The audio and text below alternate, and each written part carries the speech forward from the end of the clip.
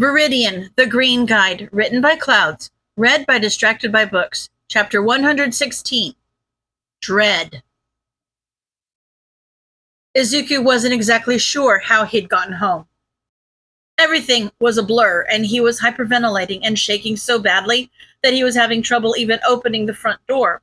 But somehow he'd managed to get here, sticking to the shadows so he wouldn't freak people out. Why was the doorknob so slippery? Oh, there was still blood on his hands. He took a shaky breath and wiped his hands on his hoodie before he realized that it was covered in blood too. For once in his life, he almost wished it was his, because that would mean that he hadn't just... All for One had been planning to kill them. Izuku was certain of it. He'd even said it. And he'd been planning on taking Eraserhead's quirk. Izuku couldn't let that happen. But the only way he'd been able to think to take down such a powerful opponent was... But maybe if he'd had a powerful quirk, he could have found some way to restrain him. But the fact was that he was weak and outclassed, so he didn't have the option of taking All for One down peacefully like he should have. He'd had to do it permanently. It took him a minute to find a section of fabric that was clean enough to wipe his hands on, and he made sure to wipe down the doorknob as well. He'd have to sanitize it before he went to bed. He didn't want Mom to have to see something like this. Thankfully, the apartment was dark when he finally got inside, so she must still be asleep. Izuku practically ran into the bathroom. He didn't look in the mirror as he shut the door and locked it behind him, leaning against the door frame as the last of the adrenaline finally ran out. What had he just done? A choked sob tore out of his throat before he could stop it, and he slammed his hands over his mouth to muffle the noise. He'd made Eraserhead watch, and then just left him there. Maybe it was a good thing he didn't have a quirk, because he didn't deserve to be a hero. He couldn't stop crying as he finally turned to the sink and started washing his hands, gasping for air as he tried to ignore the red running down the sink. He just needed to clean up. He just needed to get a shower, and he'd decide what to do with the clothes later. If Eraserhead came to arrest him for murder, they'd probably need them as evidence, and he didn't want to make Eraser's life harder than necessary by washing them or throwing them away. Or was he supposed to get rid of the evidence? Either way, washing them was out of the question, because Izuku knew he'd pass out before the laundry was done, and he didn't want Mom finding his vigilante outfit in the washer, especially if the stains didn't come out on the first wash. As he waited for the shower to warm up, Izuku dug a plastic bag out from under the sink and shoved everything he was wearing inside. He'd just toss them in the back of his closet for now and deal with it tomorrow. There were tears running down his face, but he was starting to calm down at least a little. One shower later, after he'd shoved the bag all the way into the back corner of his closet and wiped all traces of blood off of everything he'd touched, Izuku collapsed into bed, wishing that he could still dream of being a hero. Shota rubbed at his wrists as he waited for Tsukashi to come interrogate him. The marks were going to take a while to go away, but the memory of his problem child running away, panicking and drenched in blood, would take even longer, if it ever went away at all. He'd torn up his hands trying to tear through the ropes, but he'd barely managed to get one hand free before All Might had burst into the room, taken one look at All for One's body on the floor, and shrunken into a smaller form in a puff of steam. But by that point, the kid was long gone. There was a knock on the door, and Tsukashi poked his head in. "Hey, Eraser, how are you holding up?" Shota ignored the question. "Did Viridian tell you where to find me?" "Actually, it was your students." Tsukashi sat down across from him. "Shinso raised the alarm when you didn't show up for his internship and called Kachan, who tried to contact Viridian, but was unable to. We immediately suspected All for One because of what Kurogiri said during the sports festival incident. So we reached out to Gran Torino. As the next holder of One for All, Kaminari explained he has access to the vestiges, including the original holder, who was All for One's brother and obviously knows his thought processes better than we do.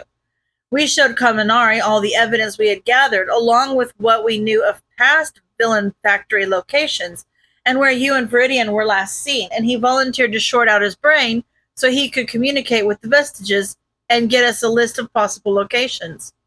Obero warped All Might around to check out every single one until we found you.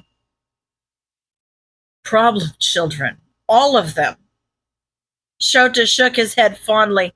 By my count, we were missing for less than 6 hours. Tsukashi nodded. So what happened on your end? All we know is that you disappeared, and then, of course, what All Might saw when he arrived.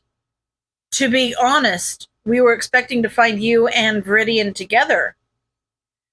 Shota almost flinched at the reminder. He ran. Again. Tsukashi frowned sympathetically. Was he the one who... Shota nodded. We need to find him. It wasn't fair to make him do that, but killing All for One before he could kill us was the only way we were going to get out of there alive. He was panicking when he left. Obviously, I mean, you've got the pictures of what he did right there in front of you. Tsukashi looked slightly pale. We'll make finding him our first priority. Are you any closer to figuring out his identity? I saw his face. Shota said quietly. They took our goggles and most of our weapons, but Viridian had a backup that nobody knew about, which is the only reason why we survived. If I can find even a single picture of the kid, I can identify him. Really? Tsukashi gasped. That's amazing! If we put everything we know about him into the system, well, there's still going to be thousands of results to comb through, but no, there won't. Shota interrupted. Tsukashi blinked. What? Shota hesitated. I learned something about the kid. If I'm running the numbers right in my head, there should only be a handful of search results, if that. Tsukashi grabbed his pen. All right, I'll admit I'm skeptical, but tell me what you know and I'll run it through the database and get a list for you to search through as soon as possible. No. No, Tsukashi repeated. Eraser! Don't you want to know the kid's identity? Oh, you have no idea. Shota agreed bluntly, but I'm not going to tell you how to find him until the commission makes a public announcement that he'll be joining the Vigilante Rehabilitation Program and attending UA. Inko got up when her alarm rang, but she'd been awake ever since Katsuki had called and she'd found Izuku's bed neatly made and his shoes missing from beside the door. Sure, she'd known that Izuku was up to something most nights, but she'd assumed it was like homework or insomnia, not disappearing. And yes, Katsuki had immediately said that Izuku had been planning on meeting Kaminari, but he was on his internship in another city. Besides, if that really were true, then why didn't Izuku mention it? And why did Katsuki only bring it up after she'd told him that Izuku wasn't home? As if it was an afterthought. She'd tried calling Izuku, but of course he didn't answer. And when she'd called Kaminari, he'd nervously insisted that Izuku had just run to the bathroom real quick and that he'd text her. He never did. Whatever her son was really up to, though, at least he had friends who were willing to lie for him, and she couldn't find it in her to be angry about that. He had friends. Katsuki seemed to be genuinely kind to him, and Kaminari was everything Inko could have asked for. And if they knew what was going on, then they'd help take care of him. Not that Izuku couldn't take care of himself. She wasn't sure when exactly he'd learned to fight. But if he could win spars against Kaminari, an actual hero student and runner-up at the UA Sports Festival, then he could protect himself, and she didn't have to worry about him. At least not too much. She was still worried, though. He finally came home an hour or so before sunrise, but in the time it took her to leap out of bed and reach for the door of her room, he had already locked himself inside the bathroom. She'd been about to go talk to him anyway. Just knock on the door and maybe brew some tea so they could have a midnight chat or something like that. It would be a perfect bonding time, and maybe, just maybe, Izuku might finally open up to her about what he'd been doing most nights. Then she heard him sobbing. She had frozen with her hand on the doorknob, hesitating. Everything inside her screamed to run, comfort her son, to go and knock down the bathroom door and give him a hug. But her son had built those walls for a reason. If she ran to him and forced herself inside before he was ready to invite her in, she'd lose him just when those walls were getting to be the weakest. If she went out there right now, he'd run away and retreat back into himself like he had when he'd stopped telling her about the bullying. Inko couldn't risk that. She wouldn't push him away again like she had when he was 4. She refused to lose her son.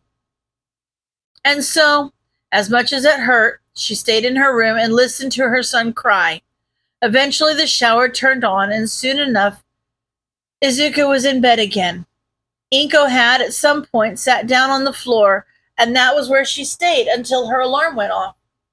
Inko stared at her phone for a long minute before canceling the alarm and searching through her contacts. It didn't take long to find the Asui's phone number. Beru, Inko said, I know this is super last minute, but I was wondering if you could cover my shift today.